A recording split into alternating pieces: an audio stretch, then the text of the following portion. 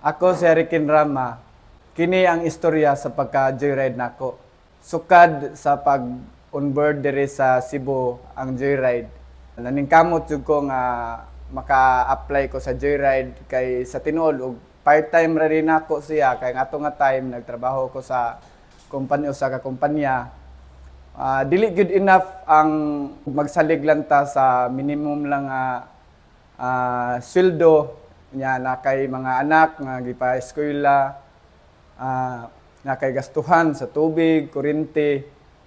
Bisan pa og wala ka mag-abang og balay, pero dili jud siya enough sa adlaw-adlaw nga panggasto. Mao na nga nakadesisyon ko nga mo-apply ko sa joyride para naagid ko laing income sa adlaw-adlaw nga akong abot sa adlaw-adlaw na ko nga panginabuhi para ako makasustento sa adlaw-adlaw nga kinahanglan sa akong mga anak.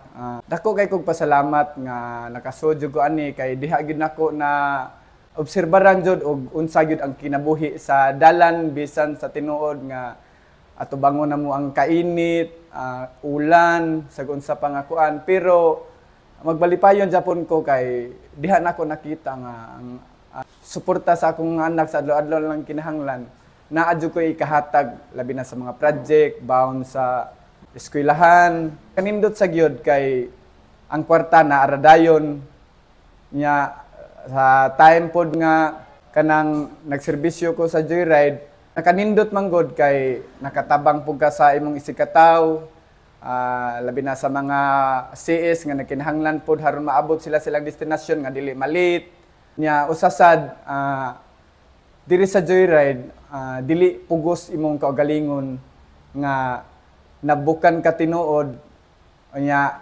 nagdepende ra mo sa kaugalingon nimo nga imo bang kuhaon or dili kay dili ni sa pareha sa uban nga apps nga magpinugsanay. Ako ang nahog og ako ang boss diri sa joyride. Nagpasalamat pud ko kaayo nga diri gyud ko naka-income nausab ang akong balay tungod sa joyride. Nakatigom-tigom jud ko, wala na jud ingon nga naglisod ang akong pamilya di pareha sa una nga dili gyud enough ang minimum lang nga 435. So dako kay kog pasalamat nga hantod sa karon naa lang gyapon si joyride.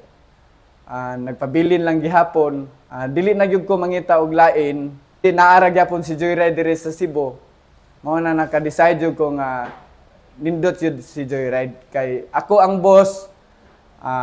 Wala gyud dili gyud mapugos sa imuhang kaugalingon. So maka-income sad ka og sakto. Mao na daghang kayong salamat sa joyride sa Cebu.